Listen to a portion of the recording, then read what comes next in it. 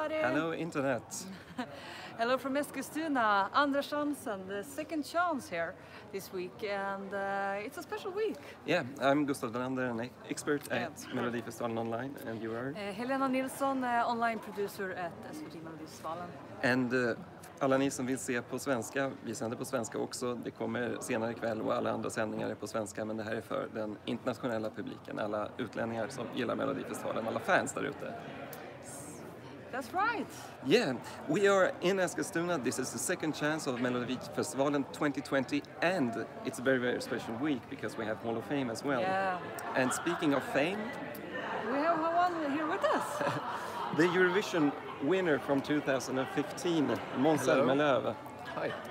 No other presentation is required. How are you tonight? I'm very good. Just had a rehearsal with Lille this morning, and very excited about tonight. It's a huge show that we have this week, and you have one of the headline acts. What is it that you're going to do, actually? I'm going to do a song from 1966, which Lille, Lindfors and Svante Thuresson sang. And they, it's a very strange song, and with very dated lyrics. But I'm having a lot of fun with Lille on stage, and looking forward to it. Yeah, it's in Swedish. It's the second place that Sweden had in Eurovision. It was our best position up to that point. So it's a lot of history here. Yes, definitely, and. No, it's very special to do it with Lille as well. I've always been a massive fan of her and her career, and we like each other a lot. And if you have questions for Måns, you can post them, and Helena will pick them up. Just to say this, what do you think about this Hall of Fame? It's a very, very special week of Melodifestivalen, and we have a lot of people here that have so much history. Yeah, I'm seeing so many friends that I haven't seen for quite a while, and. We all met at the council party yesterday, and I'm very excited. I'm very honored to be part of it. Obviously, it's quite a number of people in it actually, as it's the first year. I think from next year and onwards, it will only be six new. What do you call them? Inductees. Inductees per year. Yeah, and now we have 48 of them, all of them in one show. Yes. So it's amazing, I think. It is. I'm trying to... I have no idea what's going to happen, actually. Like, I only know what me and Lille are going to do. Yeah. Apart from that, it's going to be a surprise, and quite excited about that. What are you doing apart from being here? What's happening in your career right now? Any new music? Something? I released an album in October and have been releasing singles ever since. I did a tour with that, did a Christmas show, and now I'm waiting for the summer tour, which is gonna take place in July and August, obviously. And what else? Writing new stuff. The Eurovision season is in full swing. Do you have a lot of proposals from national finals and such? Yes, I was just in Australia actually, and was part of their jury, and also performed together with Dami Im, who was the Australian representative in 2016. There have been quite a number of other countries as well. But so far, I have nothing to do in Rotterdam, so I'm hoping that because somehow I always manage to squeeze in to every Eurovision final. So I'm hoping that there'll be something in Rotterdam as well. All the parties. Exactly. Yeah. Have you been watching this year's Melodifestivalen, and any impressions? I have. I've been trying to get my family to love it as much as I do. I think, a very good year. Obviously, as I released a duet with Dotter at the beginning of last year, I'm rooting for her. And I think she has a great song, great performance, and that would stand out in Eurovision as well. And I think it's going to be down to her and Anna in the final. It's the second year in a row that you're doing a duet in the Second Chance show, just for trivia. Yes, that's true, actually.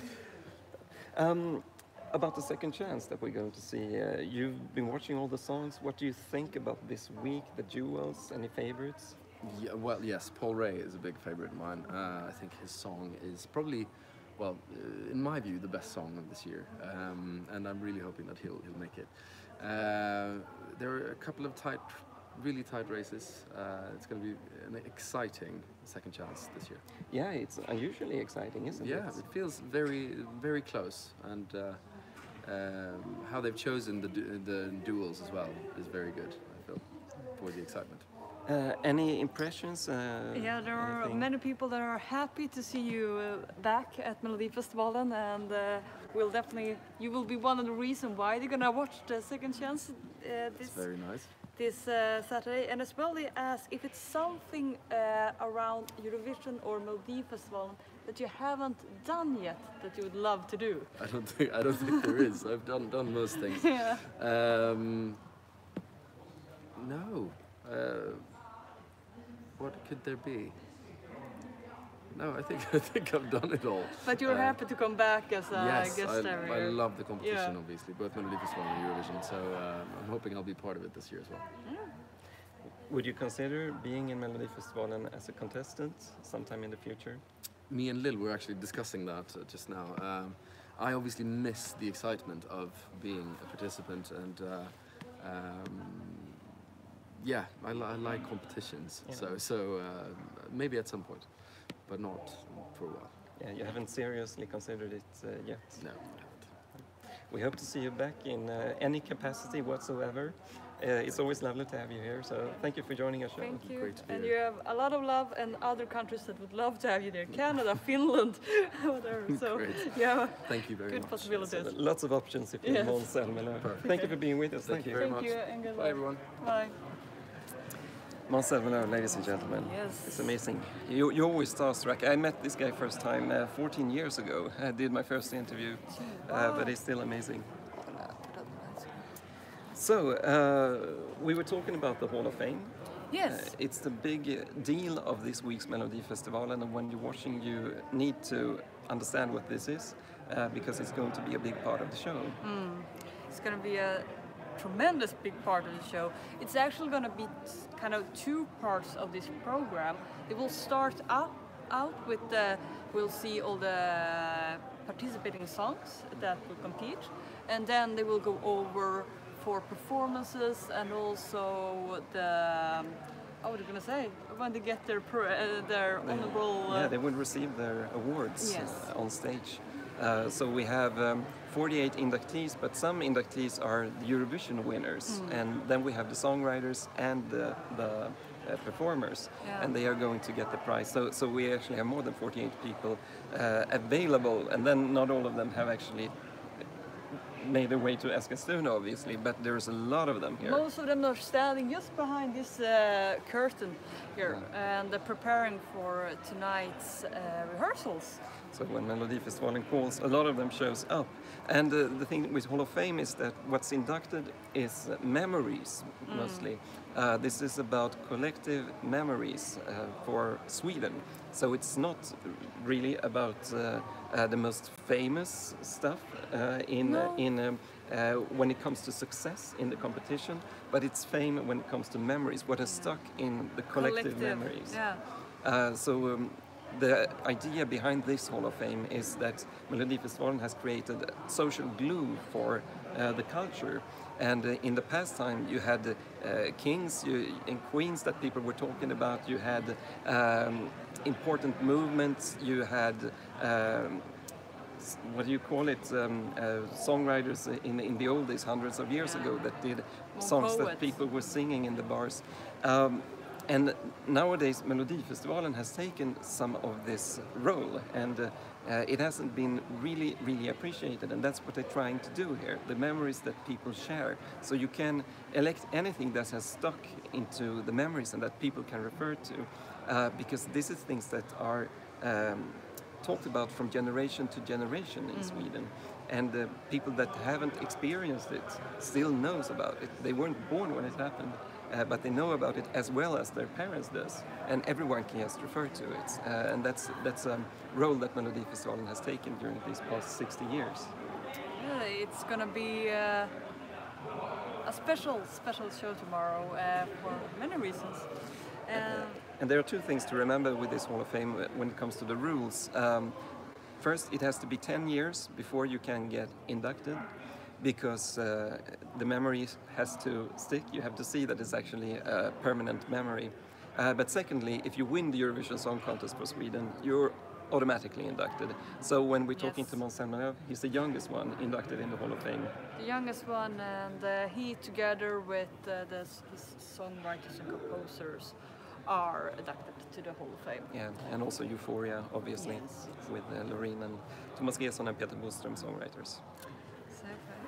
Well, the other part of the show that people are starting to write about here. I see people writing Paul Ray is the best, Malou Prytz, Anis Don Demina. And Anis Don Demina is the one who's opening the show, right? Number one in the running order. I brought the notes so you can see what they look like also if you forgot them.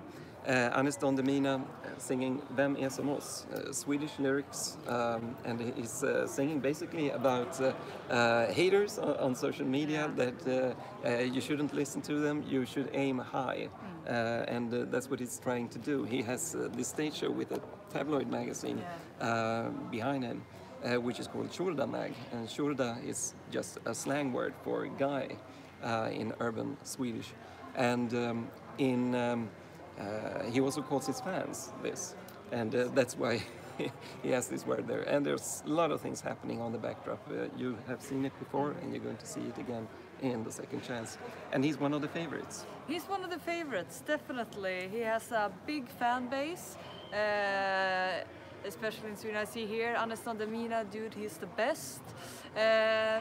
So it will be interesting to see where his competition, because his competition is something totally different, something that a lot of viewers was a bit surprised, as he's gonna do a duel against Ellen Benediktsson and Simon Peyron. Yes, Anis Don Demina is one of the most successful songs in the streaming this year, and in all the statistics that you can look at before, he is ahead of this song, except in a poll we did on Twitter, actually, at the SVT Melfest official Twitter account.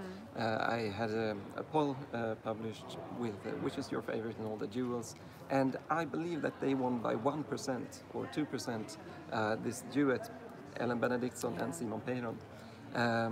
Otherwise, it's Anis Don Demina all the way in the speculations and the statistics that we can see before the actual voting takes place during tomorrow's show. These two, they advanced from last week. Yeah, right. So it's Ellen Benediktsson, who had a cold, a quite bad cold last week, is going this week with much more energy, and maybe that will help them.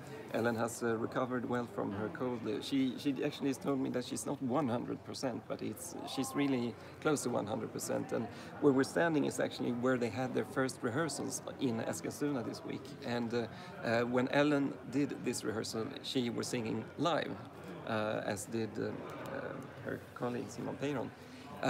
Which is not what they usually do on these rehearsals. So she could try it and she could perform it, and she didn't have to save her voice. But she has had a lot of these problems lately. She says, it feels I had every cold that you can have. Next up, Malou Prytz, a fan favorite internationally. Yeah, a big one after her great breakthrough last year. So she has a good crowd, both in Sweden and abroad. And she has Ace Wilder as her staging designer and choreographer, as well as a big team. But Ace Wilder is having the ideas of what it would look like on stage for Malou Prytz, as she did last year. And no big changes in the stage shows. Anis Don Demina is going to have fireworks, at least he had tried it on the rehearsals. So something like this.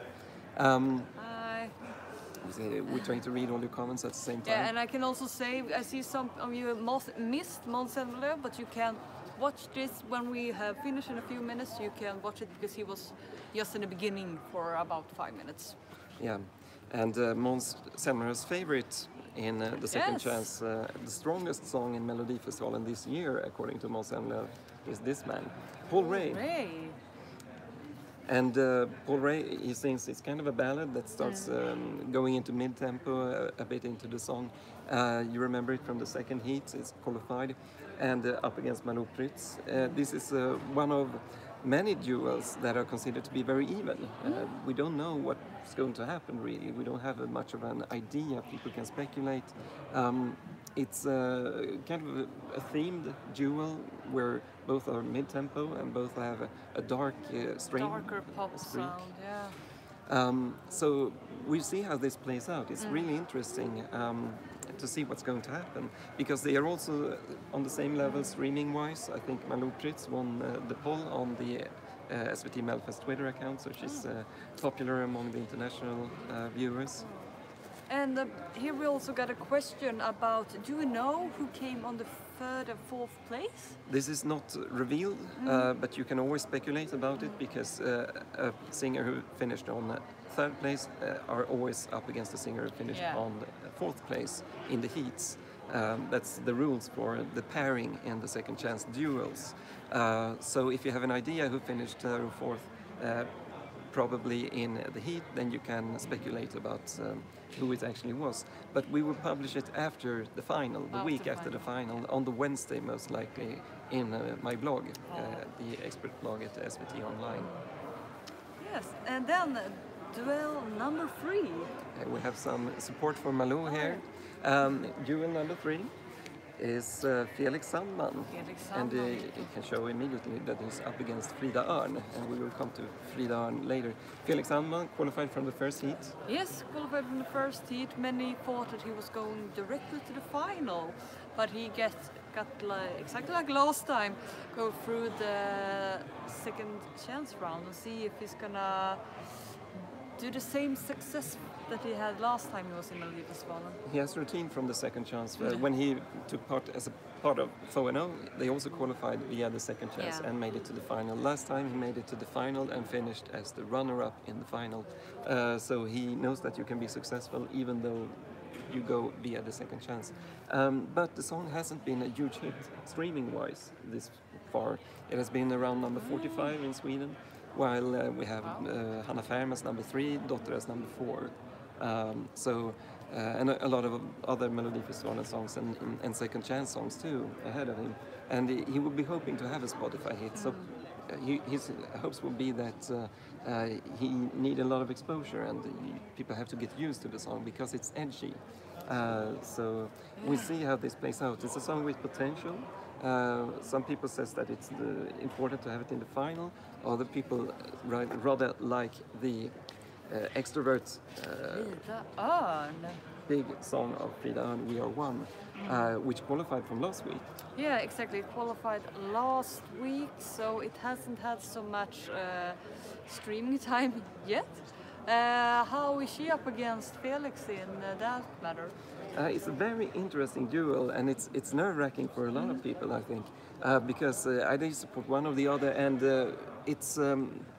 I mean, Felix has this dynamic where he was one of the big favorites before Melodifestivalen. Odds-wise, he was number 1 or number 2 in the odds to win Melodifestivalen, and then he just made it to the second chance. And this is sometimes you get a bad trajectory from that, and then people, the magic is broken. The expectations were high, they weren't really met, and people will kind of drop this psychologically, like they did with Loreen in 2017, for example. And also when it's a duel, it's kind of hard with this edgy song, because if people don't like it, they're going to vote for the other.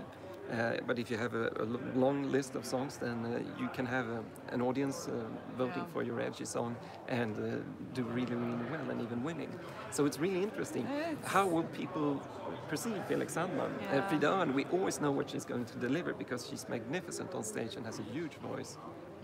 Yeah, here people are starting to write us about their winners in the duels, Anis, Malou, Felix and Drängarna. So let's go to the last duel then.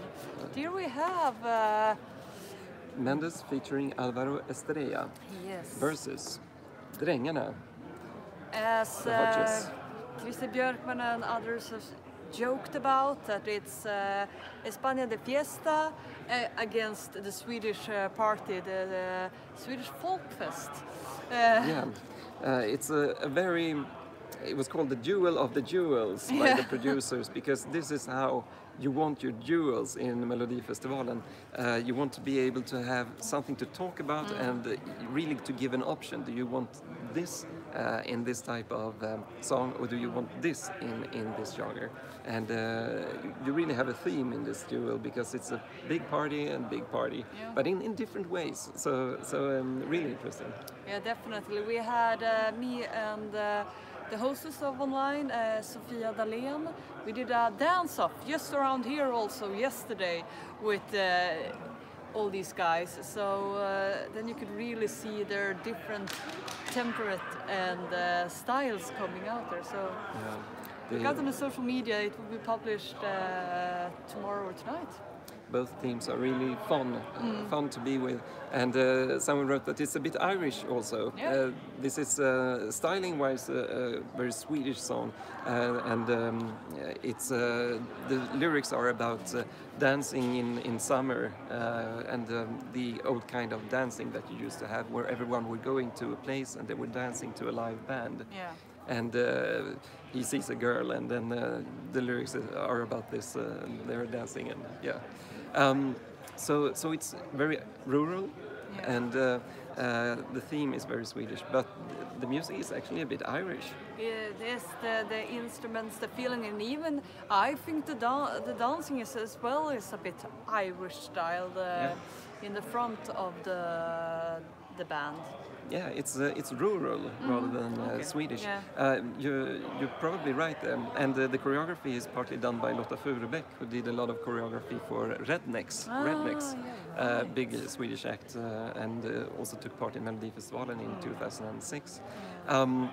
And so she knows this kind of dancing, and it's actually exactly inspired by this, like in American also country styles. So also on the Swedish countryside, people like American countryside music a lot, definitely. like rockabilly and old American music. So you can perhaps see something of this too. And Drängarna, they are doing all their gigs on the countryside. People in the big cities in Sweden barely knows that they exist even more.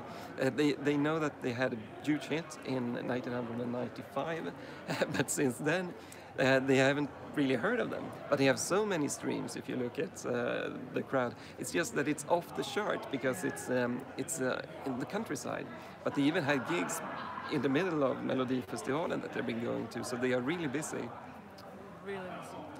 Right, and do we have anything more to add before we start to warm up for the dress rehearsals? Someone wants both Drängarna and Mendes and Alvaro to the final. I also feel that I want to have a lot of these acts in the final. Sometimes when it's the second chance, you feel that, we know pretty much what it's going to be like. Everybody have some acts that they really want to have to the final, but they are probably going to go to the final anyway.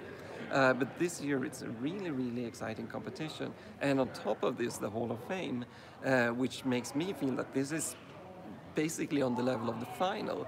So if you're not looking at Melodifestivalen this week, you are going to miss out on something special. So don't miss this. Don't miss it. It's gonna air at 8 o'clock tomorrow, Central European Time. SVT Play, you can see it all over the world. It will be a longer show. It will be 1 hour 50 minutes, I think, instead of just 1.5 hours. And also we're not gonna have English live after the dress rehearsals as we usually do, but you can see the prediction poll on Gustav's expert blog here. And I will post it on Twitter as well.